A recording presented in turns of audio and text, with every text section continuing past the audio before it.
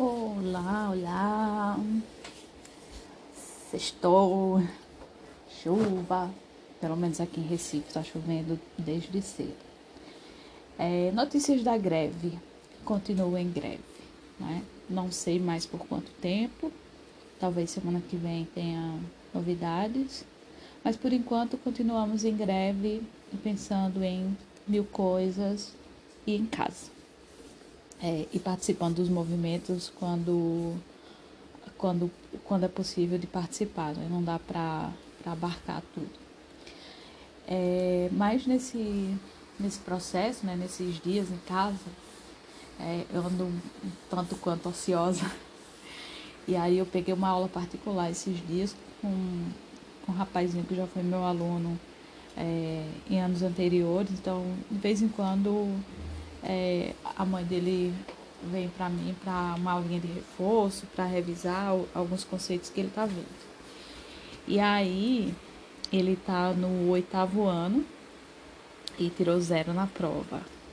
Eita, a mãe ficou muito preocupada, né? Porque o adolescente também, porque é um 0, né? Você, na segunda unidade, eu acho, vamos pensar assim, na segunda unidade, você tirar um 0 numa prova de matemática no 8º ano não é tão legal. Mas o que é que pega nessa história, né? Ele está vendo agora expressões algébricas, ao menos era para estar vendo só expressões algébricas, e expressões algébricas, equações, aquele conteúdo básico do 8º ano que o aluno ele vai tendo um pouco mais de familiaridade com essas expressões e com as operações algébricas também. Mas qual é a minha surpresa? Ele lógico, é um estudante de escola particular e a escola dele adota um sistema de ensino diferente de algumas outras escolas. É um sistema de ensino, a meu ver, mais puxado, né? E cobra um pouco mais do estudante, tem uma matemática assim um pouco mais densa. Mas, de qualquer forma, é um material que eu gosto, porque ele consegue misturar um pouco, né, daquela matemática mais seca de fazer cálculo, e traz alguns probleminhas interessantes assim para se resolver, tá? E aí, o que acontece? Na prova dele, quando eu comecei a resolver, eu tive um certo estranhamento em relação ao conteúdo, né, cobrado, porque para responder as questões, quando eu fui montando a expressão ali, né, de acordo com os dados que estavam sendo colocados, eu chegava em um produto notável. Aí eu, estranho, produto notável, 8º ano. Aí procurei nos livros, né, aprovados no PNLD, no último PNLD para os anos finais do ensino fundamental, e procurei alguns desses livros e a parte de produtos notáveis é visto no 9º ano. E aí eu pedi para ele o conteúdo do livro, né, que ele fotografasse e mandasse para mim, e a surpresa foi que, de fato, o conteúdo cobrado era um conteúdo, para mim, né, de 9º ano. Né? Não parei nem para dar uma olhadinha na BNCC, se falava alguma coisa a respeito, mas em livros mais antigos, ali por volta de 2005, entre 2000 e 2005, os livros eles traziam o conteúdo de produtos notáveis já no caso era a 7ª série, né? 7ª série, isso, que é o 8º ano agora, é isso. E aí, não sei se o livro quis manter, esse sistema de ensino quis manter isso e tal, mas pelo menos se trabalhava ali com a diferença de 2 quadrados, né, a soma, o quadrado da soma de 2 termos, ou o quadrado da diferença de 2 termos, e trinômio do quadrado perfeito e o processo de fatoração. E aí não não avançou para o cubo. Então eu imagino que a diferença, o cubo de dois termos, o cubo da soma de dois termos, a diferença de dois termos, ele só vai, de fato, ver isso no nono ano. Tá? Então, foi um recorte aí. Dito isso, eu preparei o material, né? Procurei o material mais antigo que eu tinha aqui em casa, mais explicativo, que eu pudesse revisar também o conteúdo, já que até hoje eu não tive, a turma de oitavo ano que eu tive, a gente não chegou nessa parte algébrica, né? Eu tive porque eu estava substituindo um colega, e eu não tenho experiência de dar aulas sobre esse conteúdo e fazia muito tempo que eu não via, né? E aí eu fui pegar os livros, fui estudar e de fato eu até tinha comentado com a mãe dele que é um conteúdo que eu estou revisando para mim, sabe? Porque tem conteúdos que de fato a gente chega em algumas operações e é interessante relembrar. Preparei o material, refiz a prova dele, né? E aí levei o material para que a gente pudesse discutir a prova, né? Ponto a ponto da prova, do zero que ele tirou, e que a gente pudesse retomar esse conceito. O aluno, de fato, não tinha praticado, né? Então, tem-se uma cultura nas escolas, né? De uma forma geral, de que o aluno, no Fundamental 2, ele já precisa ser mais autônomo, né? Então, não se cobra tanto olhar o livro do estudante.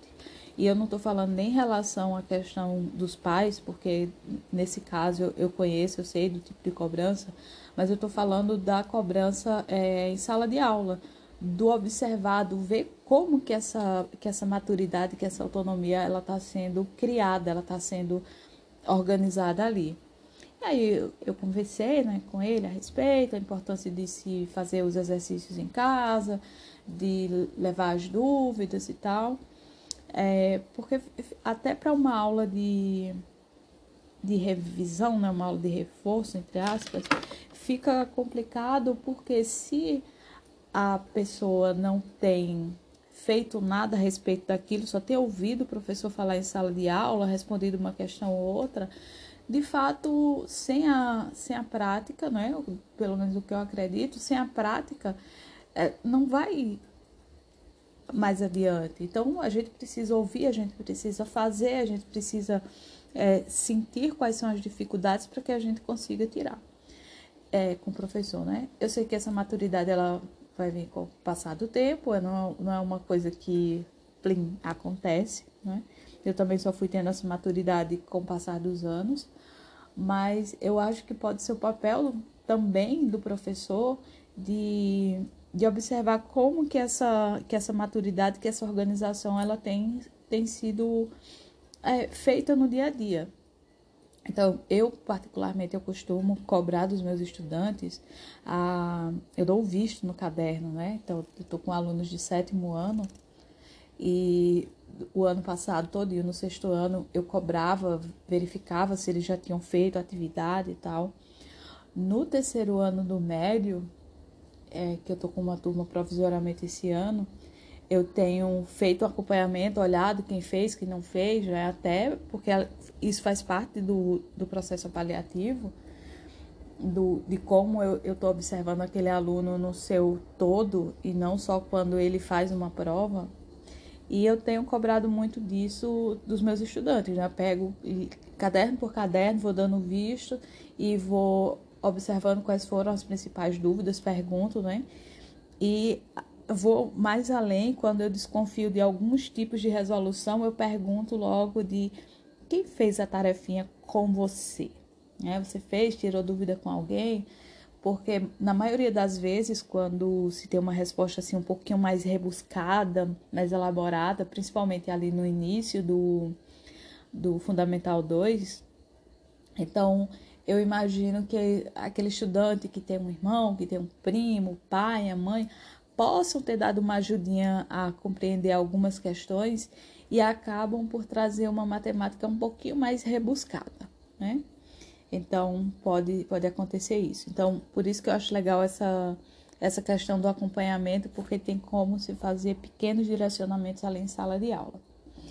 E aí, eu conversando com esse aluno, né, da aula de reforço, ele me perguntou a primeira questão da prova dele era a diferença de dois quadrados, né?